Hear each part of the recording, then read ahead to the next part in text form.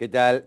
Bueno, estamos en una nueva emisión de Pensándonos a nosotros mismos y bueno, qué mejor que Pancho Pestana, este amigo, pensador y de pensamiento nacional profundo y de una trayectoria. Pancho, eh, vos abordás muchos temas y uno que realmente es muy caro a tu sentimiento es el de Fermín Ah, Chávez. sí. ¿Por qué no nos contás algo? Empecé a contarle a quienes no lo conocen quién es Fermín, su obra, Ah.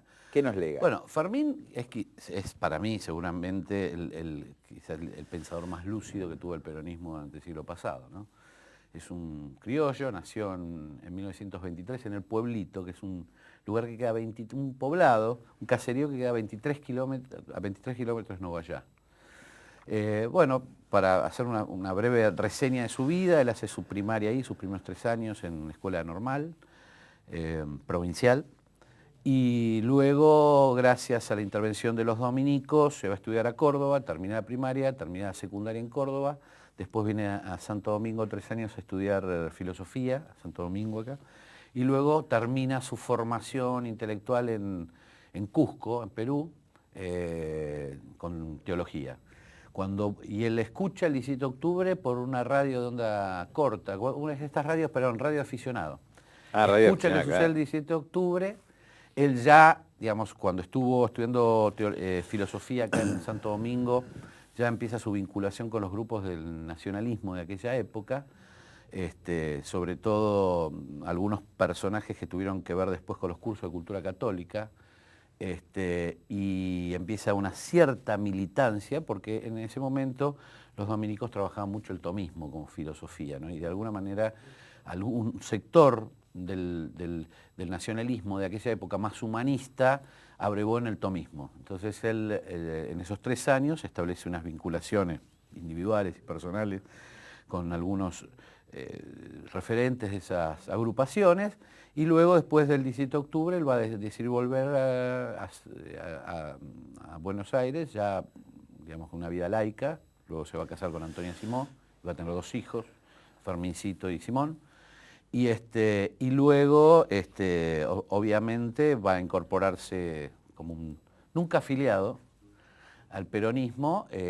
Bueno, era muy sobre, movimentista eso, ¿no? él no sentía la necesidad de afiliarse, él participaba inclusive de una peña, de un grupo muy cercano a Eva Perón, la Sí, pero peña... perdóname, te corto un segundo.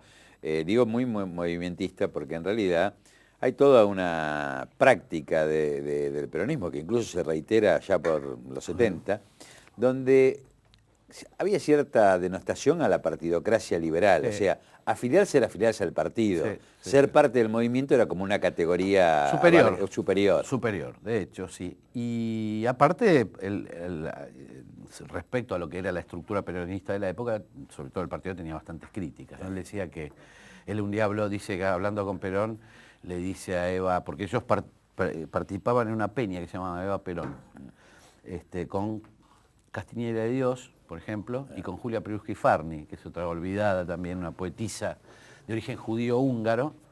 Y una vez le dice a Fermín, le dice, che, pero Evita, yo veo muchos liberales en el partido, ¿no? Calculá que él, de alguna manera filosóficamente, es un antipositivista, un antiliberal. Él no solamente participa de la batalla filosófica que se da en Argentina contra el positivismo desde el punto de vista filosófico, sino contra el liberalismo desde el punto de vista de la doctrina social de la Iglesia.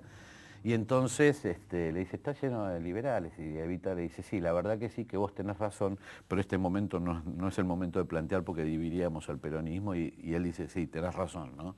Es decir, él ya veía que la estructura partidocrática del peronismo, de alguna manera, que después se expresó en los últimos años en forma bastante decadente, la partidocrática, no la movimentista, la estructura más bien burocrática del PJ, Eva tenía razón, digamos, no era momento de dividir, ¿no? Estamos ya en los 50, 51. Sí, aparte, bueno, me parece que le pasó al radicalismo como movimiento Sí, popular, le pasó al peronismo, lo que se conoce como el arribismo político. sí, Todas las expresiones de sí, masa tienen arribismos sí, que contradicen los objetivos del movimiento y que tratan de cooptarlo y sí, conducirlo hacia otro destino, ¿no? sí, el radicalismo lo vivió con lo que se llamó la alvearización del radicalismo, ya antes de la muerte de Irigoyen, ¿no? Claro. Ya antes de la muerte de Irigoyen. Bueno, y después de ahí él ya publica su primer libro de poesías en el 41, y sobre todo después del golpe de Estado, donde empieza ya una labor de resistencia a través de publicaciones clandestinas y algunos otros trabajos. Llegó hasta a tener una columna diaria en Clarín, ¿no? Empieza todo un proceso de contribución a la resistencia y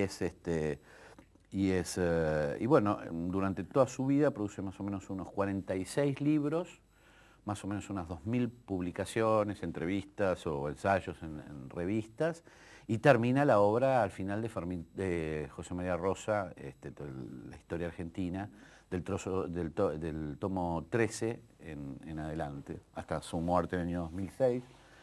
En sus últimos años publica un libro muy interesante que es una antología de poesía gauchesca, que es un libro crucial, no por el tema poético, sino por un tema que después me gustaría hablar, y el diccionario de acontecimientos históricos argentinos y el otro diccionario sobre personajes argentinos de la cultura. Pues es que vos, que además, bueno, tenés la suerte de ser una bisagra y continuador, un poco heredero de este mandato de Fermín, porque lo deposita de alguna manera en gente como vos. Yo creo que Fermín entra en la categoría de todos esos hombres del peronismo que no son académicos, son pensadores. Sí, claro. Es decir, porque en realidad hay un complejo, ¿no? Es decir, de pretender, fulano o sutana es un académico o una académica. Y en realidad, lo importante es ser un pensador, porque el académico, sin duda, también puede ser un buen pensador, pero puede limitarse a ser un repetidor de lo que pensaron otros.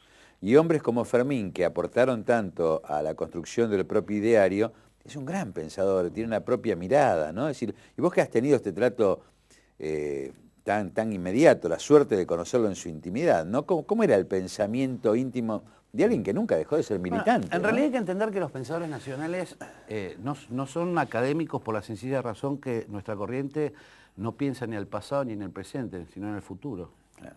Es decir, en realidad a veces nos reíamos, ¿no? Hacemos más ciencia ficción que ciencia, en el buen sentido de la palabra, porque la ciencia ficción es muy positiva. Vos sabés que todo el desarrollo de la ciencia se debe a la ciencia ficción. Si primero se pensó la clonación, después se hizo la clonación, claro. Primero se pensó el viaje a la luna. Es decir, el pensamiento nacional es eso, es algo que muchos peronistas y antiperonistas o compañeros y no compañeros nunca entendieron.